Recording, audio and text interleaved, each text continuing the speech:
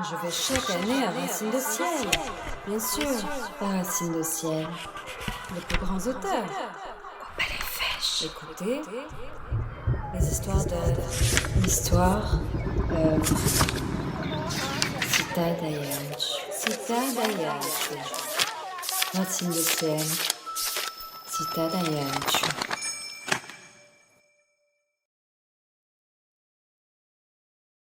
Tous, je suis ravie de vous retrouver pour cette nouvelle édition d'Histoire d'œuvre. Nous recevons ce soir l'Ajaxien Jean-Pierre Nucci pour son nouveau livre Le désert sans la gloire, paru aux éditions Éric Monnier. Jean-Pierre Nucci, bonsoir. Bonsoir Sandra. Merci d'avoir accepté cette invitation. Je vous en prie. Comme d'usage, et avant d'entrer dans le vif du sujet, quelques éléments biographiques à destination de notre public pour éclairer cette conversation. Alors Jean-Pierre Nucci, vous êtes né à Ajaccio, ville à laquelle vous restez très attaché, même si vous vivez et travaillez aujourd'hui à Paris. Votre carrière professionnelle s'est organisée autour du sport, puisque vous êtes coach et préparateur sportif, préparateur physique, auteur de votre propre méthode d'entraînement, unanimement reconnue. On vous doit d'ailleurs plusieurs ouvrages sur le sujet, ainsi que des livres sur des domaines extrêmement éclectiques, qui comptent parmi vos centres d'intérêt ou vos domaines de compétences. Vous êtes ensuite passé avec succès à la fiction. Je citerai notamment les titres de 3 de vos romans, Montegiani, La Guardiola et Bastard, 3 histoires de famille dont la Corse est le théâtre principal. Alors ce soir, changement de décor. En cette année commémorative, nous allons évoquer ensemble Le désert sans la gloire, votre dernier ouvrage, dont l'action se déroule au moment de la campagne d'Égypte, menée par un certain Napoléon Bonaparte. C'est encore, quelque part, pour les Ajacciens que nous sommes, une histoire de famille en cette année commémorative. Alors Jean-Pierre Nucci, première question rituelle, pourquoi ce roman? Pourquoi l'Égypte? Pourquoi Bonaparte? Alors, pourquoi ce roman? Je voulais, dans un premier temps, sortir un peu du roman classique et me tourner vers d'autres horizons. J'ai écrit, comme vous l'avez dit, 3 romans sur la famille. C'est quand même lourd à écrire. La plume supporte une certaine pesanteur. Et je voulais m'en détacher. Je souhaitais que mon moi ne dicte plus ma plume. Voilà, je voulais me libérer de ça. Et donc, comme l'histoire me passionne, j'ai pensé que, à travers le roman historique, je pouvais voler un peu plus, comme moi, être plus en apesanteur. Donc ça, c'est une question de forme, quoi, je dirais. Après, pour le fond, j'ai déjà abordé, c'est-à-dire que écrire sur la Corse, écrire sur la famille, c'est assez contraignant. On est un peu borné. Donc voilà, le fond rejoint la forme et je me suis libéré de ça et je me suis tourné vers le roman historique. Alors bon, évidemment, pourquoi Bonaparte? La question, la réponse est simple, c'est que je me suis longtemps posé et pour vous dire, je cherchais pourquoi je voulais écrire sur Bonaparte. Puis en fait, une de mes amies m'a soufflé la réponse. Elle m'a dit, c'est parce que tu es ajaxien. Et en fait, c'est vrai. C'est à partir de là, comme je suis ajaxien, je me suis intéressé à la vie de Napoléon Bonaparte. Le problème, c'est que quand vous rentrez dans le personnage, vous êtes happé, vous êtes englouti, et pour vous en sortir, il m'a fallu quelques années. Alors, une fois que j'ai mieux connu, j'ai mieux cerné le personnage, qui est vraiment un personnage romanesque, que je suis fasciné par Napoléon, et je me suis dit, mais j'aimerais bien écrire un roman historique sur lui, mais quelle période, quoi. C'est vrai que Bonaparte m'intéresse plus que Napoléon. Comme dit Jean Touillard, Bonaparte, il défend les acquis de la Révolution. Napoléon défend sa couronne. Et moi, je me suis plus, même en tant qu'Ajaxien, partant d'Ajaccio, faire mon ascension sociale à Paris, j'ai progressé à Paris. Eh ben, c'est un peu similaire à des degrés bien évidemment moindres, mais on se reconnaît un peu dans Bonaparte. Donc c'est pour ça qu'il me fascine. Et l'Égypte, c'est parce que je dirais que parmi toutes les campagnes de Bonaparte, c'est une campagne qui est totalement différente. Elle détonne.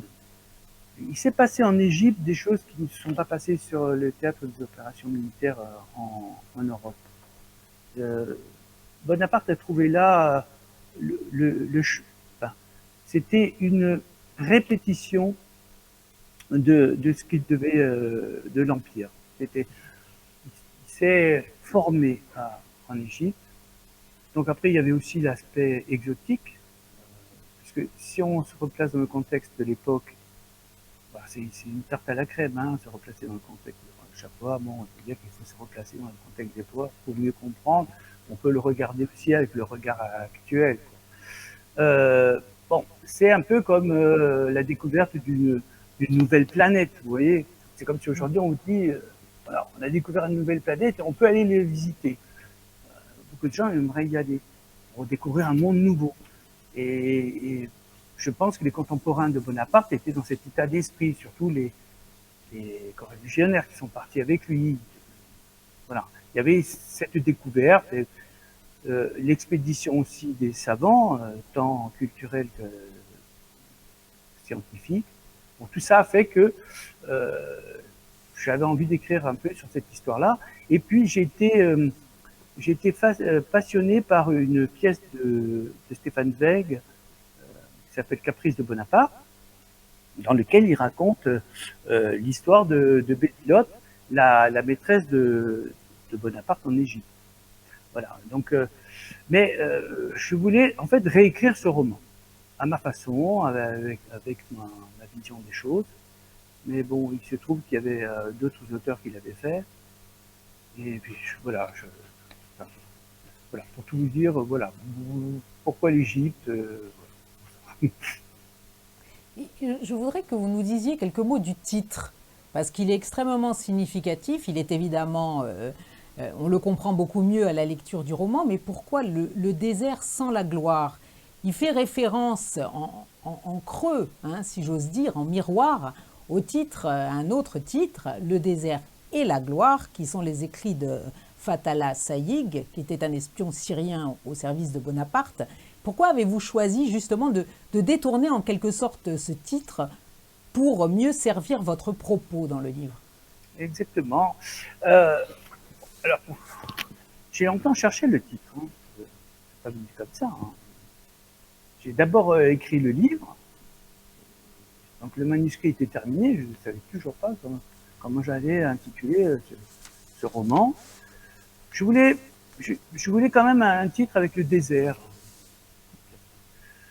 Et puis, j'ai fait la synthèse. En fait, quand on écrit un roman, on fait la synthèse du roman après coup. On s'interroge. Qu'est-ce que j'ai écrit là? Ça parle de quoi? Parfois, on oublie même. C'est curieux, l'écriture. Et une fois que j'ai fait la synthèse, j'ai inversé le titre de Fathallah Sayig. J'ai trouvé que, voilà, j'ai trouvé mon titre à ce moment-là, en inversant le sens. Le désert sans la gloire, parce que au départ, j'étais très enthousiaste avec cette histoire avec les Mamelouks, la bataille des pyramides, la montée des héros.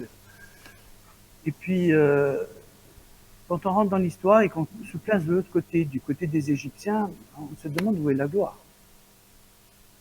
Je ne l'ai pas trouvé. Et j'ai trouvé beaucoup de souffrance. Je l'ai écrit avec passion. Je me suis mis un peu dans la peau des Égyptiens, des Mamelouks. Et je me suis dit, mais qu'est-ce qu'ils ont pensé quand ils ont vu arriver une armée comme ça qui vient, qui prend possession du territoire par la force, qui les culbute. Ça faisait quand même 600 ans que les Mamelouks étaient là. Donc on les a toujours décrits comme une caste militaire sévère, autoritaire, qui vivait de la bête. Hein. Mais en fait, quand on lit beaucoup d'ouvrages là-dessus, on s'aperçoit que les Mamelouks, ils s'entendaient bien aussi avec les Égyptiens. Tout le monde avait trouvé, tout le monde s'est accommodé, le bon accommodement. Voilà. Donc, les Égyptiens ont été pris de panique quand les Français ont débarqué. Et après la bataille des pyramides, ils ne savaient plus à quel saint se vouer. Vous vous rendez compte, un système en place depuis 600 ans a été anéanti en 20 jours. Et vous savez, une nation, elle trouve son souffle. Il faut du temps. Regardez-nous, la Révolution française, ça date de 200 ans. Il faut du temps pour trouver la bonne respiration. Et si un élément perturbateur vient comme ça compromettre cette bonne respiration, ben, on a tendance à s'étouffer. Eh bien, c'est un peu ce qui s'est passé avec les Égyptiens. Quand les Français sont arrivés, ils ont tout culbuté, ils ont tout changé. Et pour vous dire, ça a été plutôt vécu comme une souffrance du côté des Égyptiens. Alors, évidemment, on passe, on a un peu enrobé avec cette expédition scientifique et culturelle, artistique, a fait que ça a un peu camouflé tout ça. Et puis, bon, Bonaparte est un propagandiste remarquable. Il n'a pas trouvé mieux.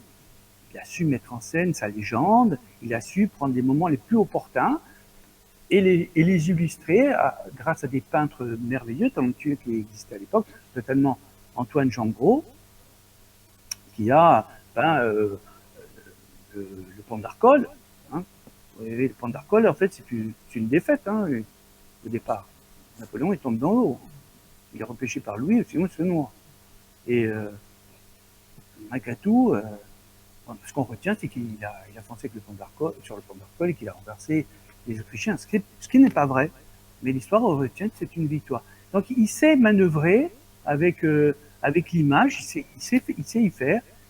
Et bon, le livre, à un moment donné, bon, ça part de l'anse de Marabout, on va jusqu'aux pyramides. Moi, j'ai suivi le cheminement historique.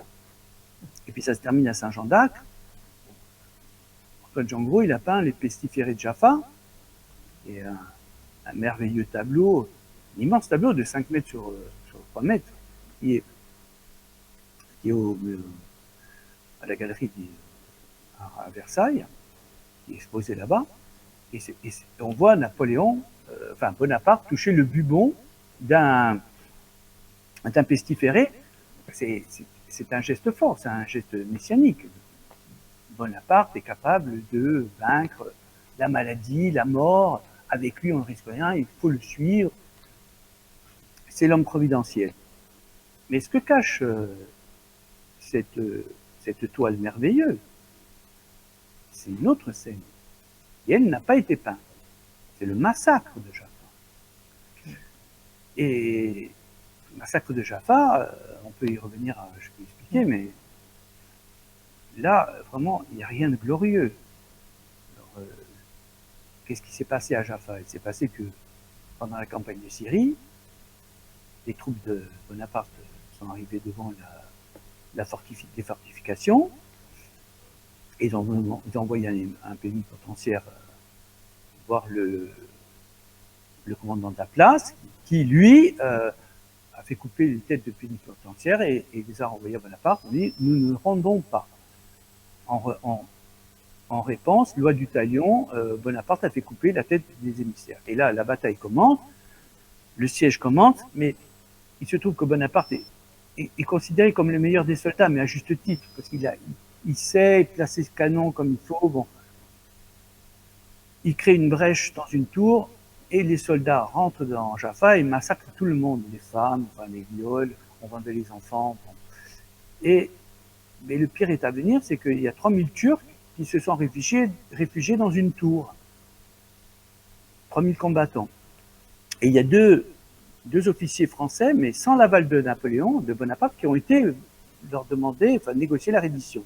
Ils se sont rendus contre la promesse d'être épargnés, de voir leur vie épargnée. Et là, Bonaparte s'est écrié mais que vais-je faire de tant de prisonniers? Est-ce que j'ai de la nourriture pour les nourrir? Est-ce que j'ai des bateaux pour les déporter? Mais que diable m'ont-ils fait là? Donc l'état-major a débattu, et au petit matin, à la baïonnette, pour épargner la troupe, ils ont trucidé les 3000 soldats sur la plage. Alors bon, Après, il y a tout un débat qui s'est engagé. Stendhal a dit que Bonaparte avait bien fait parce que il défendait la vie de ses soldats. Et comme il y en avait de moins en moins de soldats, une vie était importante. Et partant de là, et pour épargner des vies, il fallait massacrer les autres. Enfin, là, il n'y a rien de glorieux. Si on est glorieux, on les libère et on les combat une autre fois, un peu plus loin. Donc voilà, bon, le dessert sans la gloire, c'est voilà, moi ce qui m'est apparu en faisant la synthèse de cette expédition, c'est que pour moi il n'y avait rien de glorieux. Ce qui est d'ailleurs extrêmement passionnant dans votre livre, c'est que vous proposez une vision totalement inédite de cette fameuse campagne d'Égypte à travers un procédé d'écriture très intéressant, puisqu'il s'agit de montrer les événements à travers le prisme du vécu de plusieurs personnages. Nous avons évoqué les Mamelouks, alors il y a un personnage qui domine le roman, c'est Muhammad al-Mourad, le Mamelouk, anciennement Hamid, jeune circassien enlevé pour devenir Mamelouk. Donc ce personnage est véritablement le personnage central, mais il y a aussi 3 fantassins qui font partie de cette fameuse et glorieuse armée d'Orient, qui nous font vivre le combat au plus près du terrain. Et là encore, on voit que la réalité était extrêmement violente et extrêmement sordide. Il y a aussi plusieurs personnages féminins. Vous n'avez pas tout à fait renoncé d'ailleurs à parler du personnage de Bélilote. On l'entrevoit à travers Bonaparte, et puis on l'entrevoit aussi sous les traits de Pauline, jeune fille qui s'est engagée pour suivre son frère en Orient, dans l'armée d'Orient. Alors, je voudrais que nous arrêtions justement sur le personnage de Muhammad al-Katchef, qui est véritablement le fil conducteur et qui est de tous les intervenants celui qui aura, à travers ces événements tragiques, l'avenir, pressentons, le plus lumineux, le plus ouvert. Oui, alors Muhammad, c'est, comme vous l'avez dit, au départ, c'est un circassien. Ce n'est pas un Égyptien. Et un circassien, c'est un chrétien blond, aux yeux bleus, et qui est un montagnard, qui est né dans le Caucase. Bon, il a été enlevé enfant, enfin, début de l'adolescence, et on en a fait un esclave auprès de Mourad Bey qui était le chef des Mamelouks. Il y avait 2 chefs, il y avait Ibrahim Bey et Mourad Bey. Et donc lui, il rentre dans la maison de Mourad Bey en tant que circassien, et là on va tordre, on essore un peu son cerveau, son esprit, comme on essore un linge, et on y extrait sa mère, son père, la circassie, tout son passé. Donc c'est une identité, une nouvelle identité forgée, je dirais, dans la douleur. Mais mon personnage, je me suis dit, quand même, à 10 ans, on connaît sa famille, on sait d'où on vient, on sait ce qui s'est passé.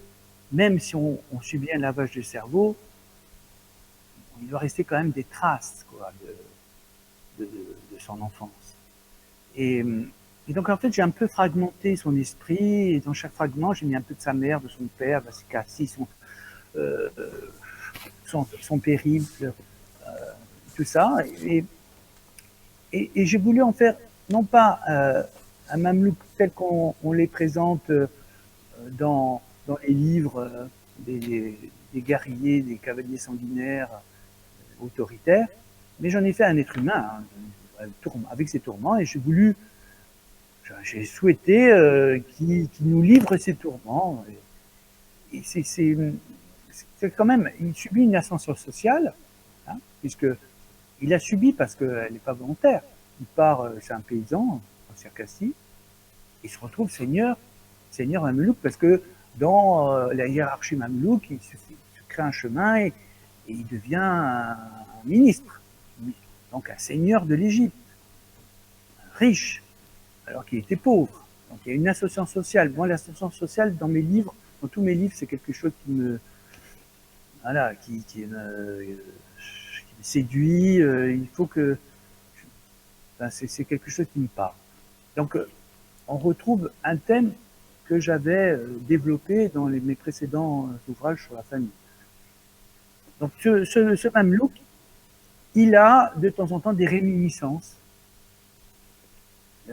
Sa mère revient à lui, souvent dans des moments un peu délicats. Et voilà, avant la bataille contre la fameuse bataille des pyramides, qui a été un échec pour le mamelouk, pour l'armée égyptienne dans sa totalité, eh bien, il est là, il est dans une plaine merveilleuse, la plaine de Pestil, qui est en contrebas du plateau de Gizeh, qui est proche du Nil. C'est un endroit merveilleux. On serait tenté de dire, mais dans cet endroit-là, on va à la pêche, je sais pas, on tombe amoureux, on se laisse aller à déjeuner sur herbe. Et non, il va se passer la grande bataille. Et lui, à un moment donné, il y a une brise légère. Et il se rappelle son enfance. Il sent qu'il va se passer quelque chose, quoi, que peut-être sa vie va changer. Et sa vie va changer, parce que après la bataille des pyramides, les Mamelouks n'ont plus de pouvoir en Égypte, pratiquement pas. Et il a également une réminiscence de son enfance et de la figure de ses parents lorsque Djazar Pacha, surnommé le boucher, lui demande de se venger, enfin de l'aider à se venger des Maronites et des Druzes qui, par leur neutralité, ont semblé, comment dirais-je, accepter les projets belliqueux de Bonaparte. Il lui propose de l'aider à s'en venger de façon violente. Et à ce moment-là, il y a encore cette introspection. Il se demande, il revoit les épisodes de son enfance et finalement il renonce à servir Djazar Pacha, alors qu'en tant que Mamelouk, il était de toute façon attaché aux Ottomans. Donc c'est véritablement un personnage à plusieurs facettes et la fin du roman est assez lumineuse puisqu'on peut anticiper presque une suite des aventures de Mohammad. Je ne sais pas si vous avez l'intention d'en faire un personnage récurrent, mais il y a quelque chose de cela. Ça se pourrait, en Haute-Égypte, avec Mourad Bey, on peut imaginer une suite, mais le passage, la scène que vous décrivez, Mohammad est effectivement, Djazar Pacha lui demande de l'aider à se venger, et il ne le fait pas parce que il a été chassé de Circassie, il est devenu, comme je l'ai dit, un seigneur. Mais après, il est chassé d'Égypte. Il n'est plus chez lui, puisqu'il y a les Français. Et à ce moment-là, il se rend compte que ce qui est important, qui est essentiel dans une vie, c'est aussi le lien familial. Il a perdu sa mère, la belle Myrna. Il a perdu Myrna et il la retrouvera jamais. Ça, on lui a volé et il ne pourra pas le retrouver. Et il prend conscience, en fait, que oui, il est devenu seigneur mamelouk, mais en fait, il lui manque l'essentiel. L'essentiel, c'est l'amour, c'est de donner la vie. C'est voilà. Et j'ai imaginé une fin plutôt joyeuse, je dirais. Après avoir tant souffert. Alors effectivement, la fin est lumineuse. Elle est porteuse d'espoir, en tout cas. Et exactement. Le fil du roman est aussi très intéressant du point de vue historique, parce que, comme vous l'avez dit précédemment, vous suivez les épisodes historiques, évidemment, de façon chronologique. Donc, ça débute au large des côtes d'Alexandrie, en juillet 1798. Ça s'achève avec Saint-Jean d'Acre aux alentours de mai 1799. Et il y a toute une série d'événements, la bataille d'Aboukir, El Arish, Jaffa, dont vous avez parlé, qui montrent à la fois les talents de stratège de Bonaparte, sa façon de présenter aux populations locales, en fonction de ses ambitions, quel serait leur intérêt, mais en même temps, au fil de cette chronologie historique, on s'aperçoit que, quelque part, cette expédition est un échec sur le plan militaire et sur le plan politique, puisqu'il avait pour ambition, in fine, en ayant prétendu le contraire au départ, de chasser les Ottomans d'Égypte, puisqu'il a poussé jusqu'à la Syrie dans ce but-là, et finalement il n'y parvient pas. Saint-Jean d'Acre est un échec, et à part la bataille des pyramides, ne parlons pas du désastre d'Aboukir, mais bon, à part la bataille des pyramides qui a scellé effectivement le destin des Mamelouks, ensuite, cette expédition, globalement, politiquement, est un échec. Il a même réussi à asseoir le pouvoir des Ottomans dans la région, notamment en Syrie et au Liban. Et des Anglais. Et des Anglais.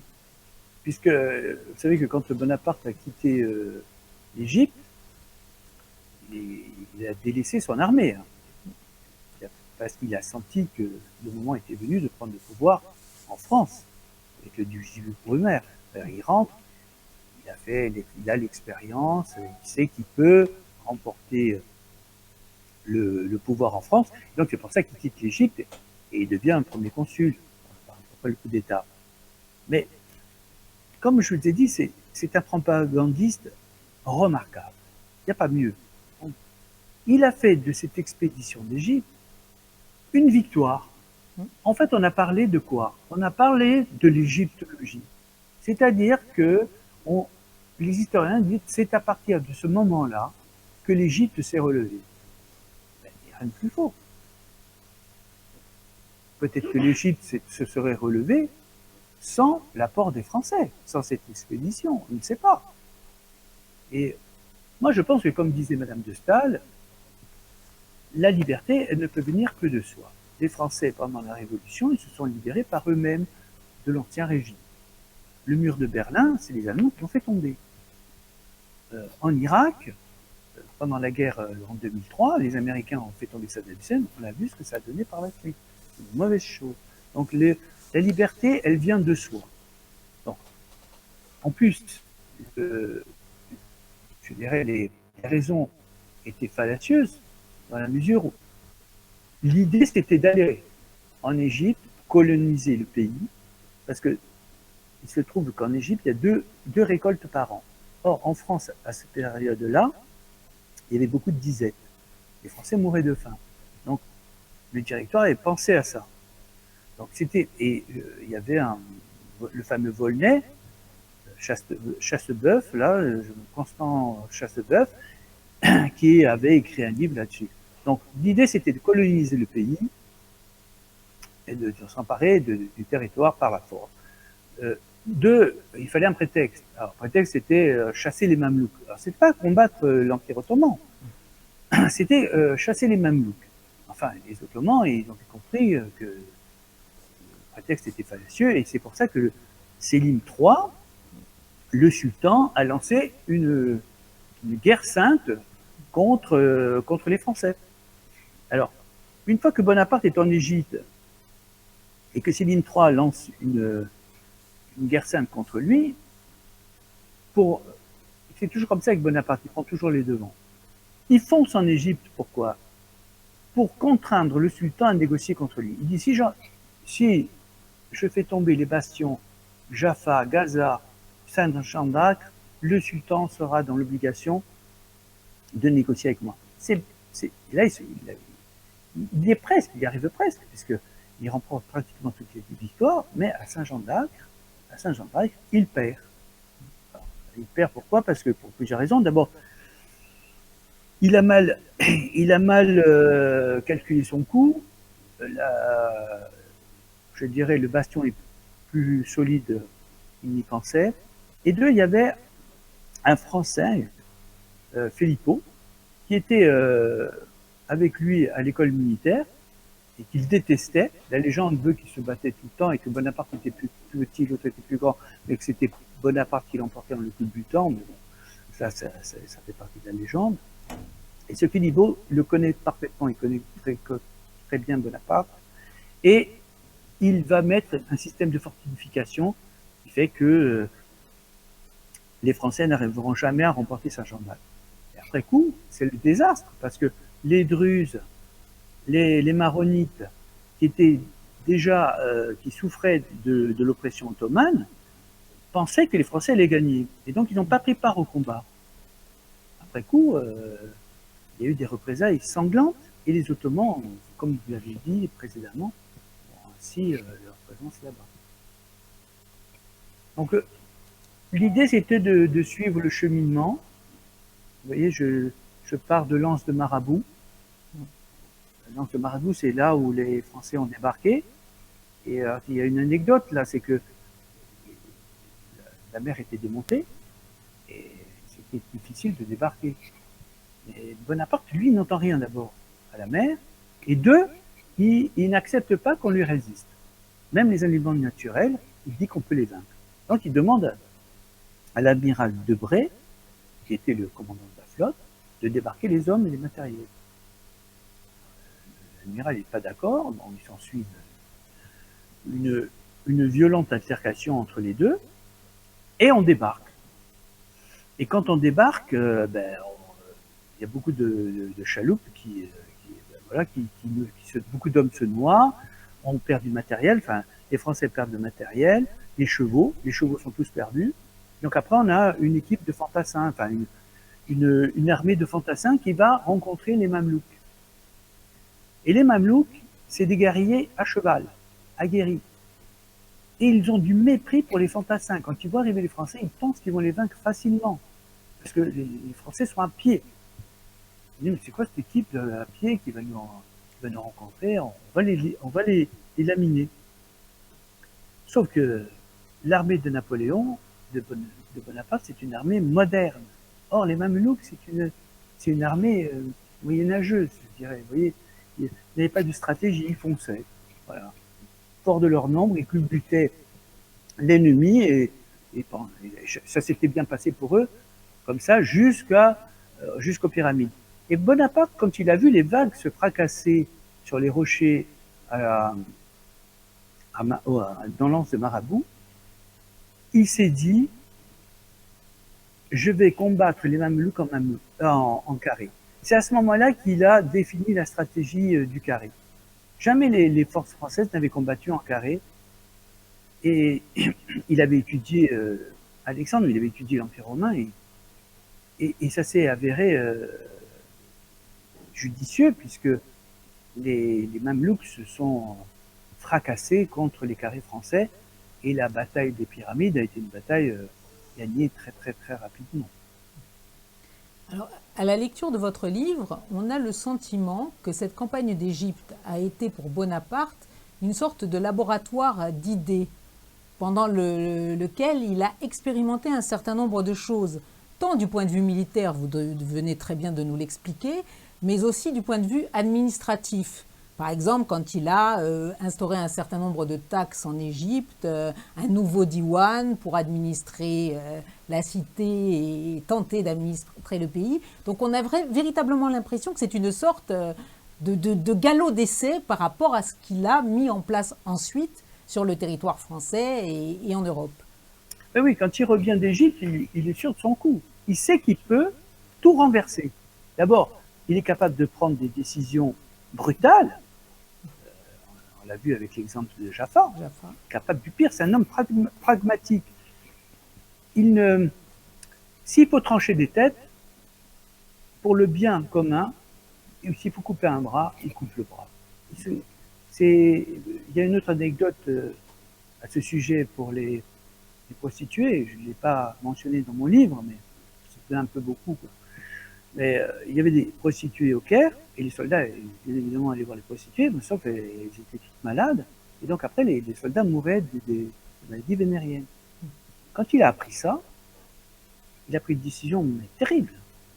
Il a demandé aux soldats de trucider toutes les prostituées, de jeter leur corps dans le Nil. C'est ce qui s'est fait. Vous voyez, une fois qu'on a fait ça, c'est qu'on est sûr de soi. On sait qu'on peut tout faire. Et c'est comme ça que c'est un laboratoire qui lui a servi par la suite. Effectivement, il a pu,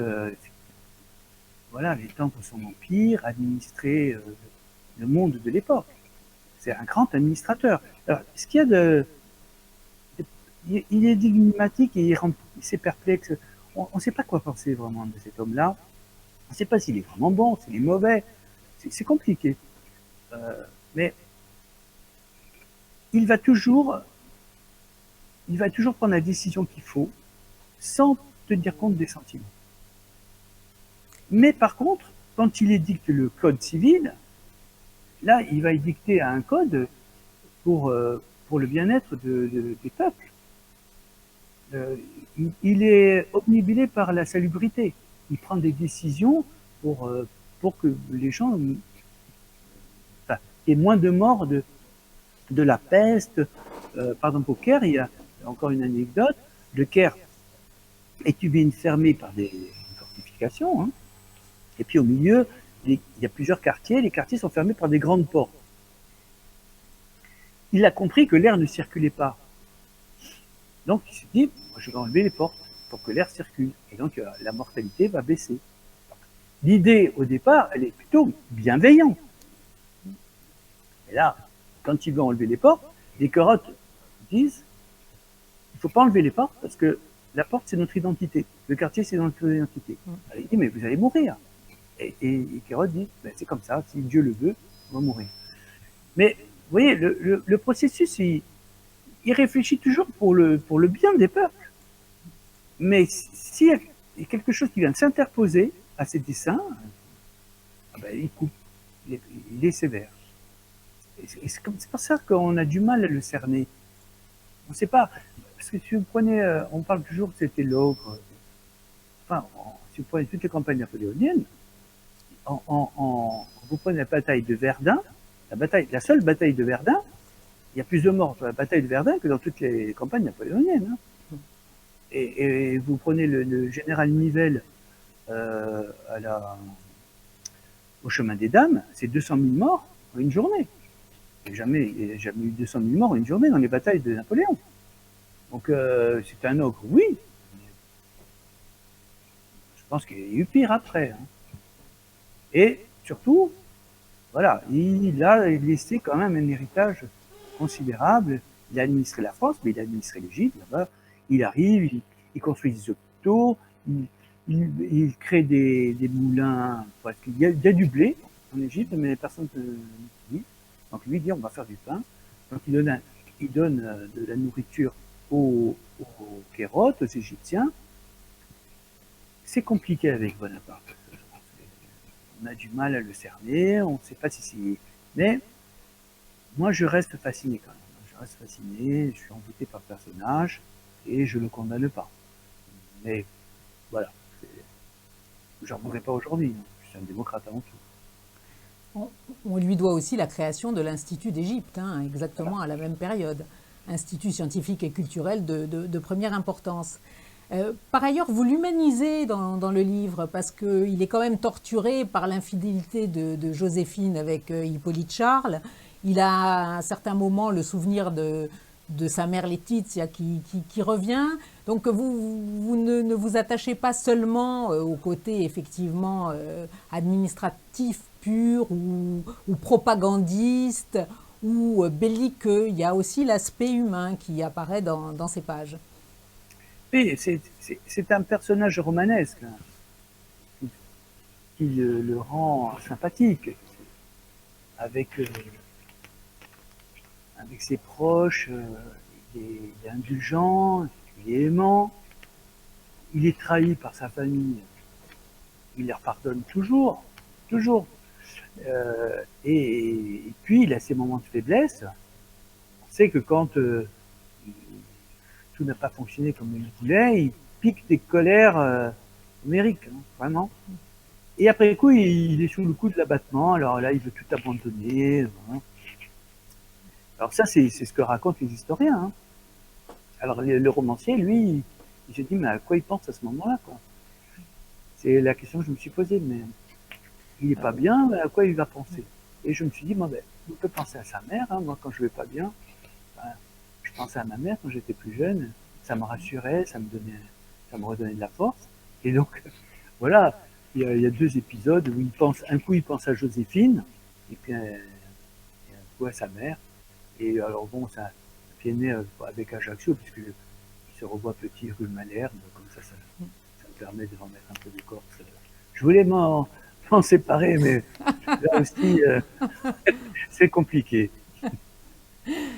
Alors, ce livre est véritablement aussi une saga romanesque, hein, au-delà des faits historiques, et je voudrais qu'on s'attarde un petit moment sur les Bédouins, parce que vous faites intervenir dans le livre une tribu bédouine, celle des Kébars, avec un chef, Abdallah, bon, qui est peu sympathique, disons, mais les Bédouins ont un grand rôle dans ce livre parce qu'ils montrent toute la complexité du terrain local par leur ambivalence. Ils sont à la fois extrêmement attachés à leur liberté, liberté religieuse, liberté quotidienne, liberté de vie, mais ils sont aussi le jeu et la proie des allégeances, que ce soit par rapport aux Turcs ou par rapport à d'autres intervenants. Alors, pourquoi ce rôle aussi important dans le livre de ces tribus bédouines? Alors, j'aurais pu écrire le roman en suivant la chronologie de l'armée d'Égypte. On descend en débarquement à Marabout, à Alexandrie, la bataille de Chébrès, la bataille des pyramides, après l'installation au Caire, les réformes et la bataille et la campagne de Syrie. Je trouvais que ça faisait un peu court et j'avais envie de mettre beaucoup plus d'exotisme. Et j'ai imaginé, alors là, c'est vraiment la liberté du romancier, parce que l'historien, lui, c'est du marbre, hein, il est borné. Son écriture est belle, mais bornée. Le romancier, lui, il fait ce qu'il veut. Alors, donc, j'ai imaginé que Mourad Bey, après la bataille de Chébrès perdue par les Mamelouks pensaient vraiment qu'il allait l'emporter, hein, sauf qu'ils ont pris une première défaite de raclée à Chébrès, et à ce moment-là, ils ont commencé à se poser des questions. Et j'ai imaginé que Mourad Bey allait envoyer comme ambassadeur Muhammad auprès des Kébars, parce que le cheikh des Kébars, le patron, c'est l'émir, avait porté allégeance auprès des Ottomans. Et il voulait devenir l'émir de tous les Bédouins. Et il avait besoin d'un appui militaire. Donc, voilà. Donc, Muhammad part dans le désert, va voir cet émir, et arrive à passer un accord avec lui. Donc, les Kébars lui assurent qu'ils iront combattre auprès des Français contre les Mamelouks, mais en fait, c'est pas ce qui se passe. Hein. Voilà. Les Bédouins, en fait, ils regardent la bataille, et quand ils voient que les Français prennent l'avantage, ben, ils sont bons. Et c'est surtout, c'est à partir de cette histoire-là, parce qu'une fois que la bataille des pyramides est jouée, eh bien, le pauvre Mamelouk, Abdallah, il retrouve refuge auprès des Bédouins. Et là, il y a la belle Aïa, il y a la femme de l'émir, qui est très belle. Et c'est venu comme ça, hein. Voilà, bon, il est tombé amoureux. Et peut-être, voilà, il pense qu'il va vivre une histoire d'amour, mais il y a le chef, l'émir Abdallah, qui est là. Et voilà, et donc il se passe toute une période dans le désert. Et comme les Kébars ont été parjures vis-à-vis des autres Bédouins, ils sont pourchassés par les autres Bédouins, et donc la jonction va se faire. Abdallah a l'idée de les emmener en Syrie pour combattre les Français en Syrie auprès des Turcs, et après, pensant que les Turcs allaient emporter,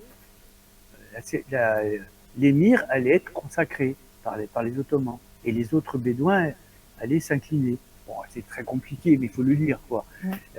Voilà, là c'est le roman, hein, c'est l'imagination, c'est voilà comment le soir ils combattent une autre tribu, ils l'emportent grâce à Muhammad, et on lui offre un chameau blanc. On en tue bien très peu, et quand on tue le chameau blanc, c'est un mets très rare et très délicieux. Il y a plein de scènes comme ça, il va à la chasse au lapin, voilà, il se fait masser par les esclaves.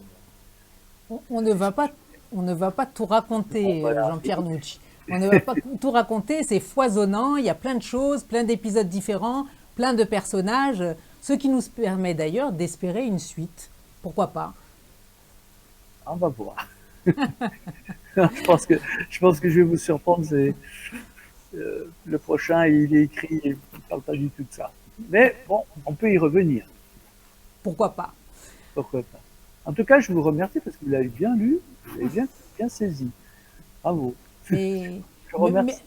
merci à vous, merci infiniment de nous avoir accordé cet entretien.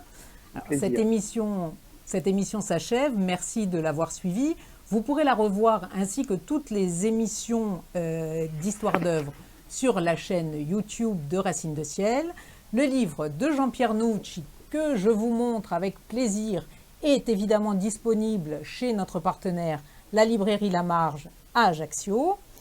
Et je vous invite à nous retrouver en juin, au Palais Fèche cette fois-ci, pour plusieurs dates. Alors les deux premières, le 11 juin, nous recevrons avec Philippe Costamagna, l'historien Patrice Guénifet. Le 12 juin, nous recevrons le journaliste Jean-Paul Kaufmann, toujours au Palais Fèche. Et évidemment, toujours au Palais Fèche du 24 au 27 juin, ce sera la 13e édition de Racines de Ciel, avec de très nombreux invités autour de la figure de Bonaparte et de Napoléon, bien évidemment. Voilà, donc soyez présents. Il y aura également au cours de cette édition la 2e édition du prix du livre d'art. Il me reste à remercier Nicolas, notre régisseur, et évidemment Michel Lec pour avoir permis cette rencontre. Bonsoir à tous et à toutes et à très bientôt. Bien sûr, écoutez les histoires d'œuvre.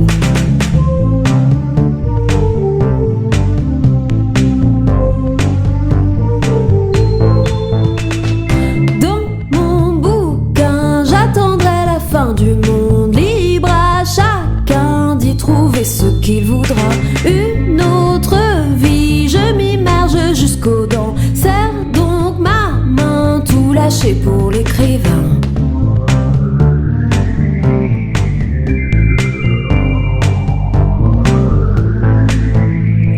Les pages se tournent, j'arrive au bout du chemin, mais j'y suis trop bien.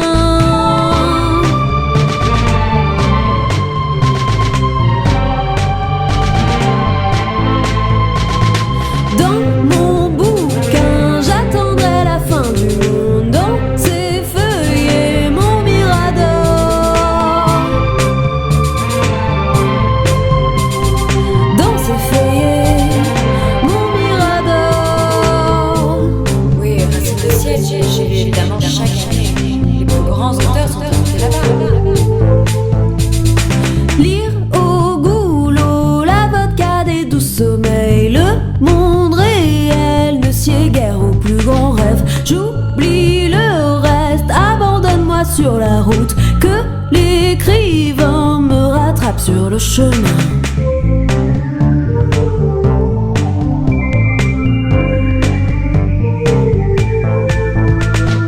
L'ouvrage est long, l'oiseau il plonge en piqué, moi sur ses ailes.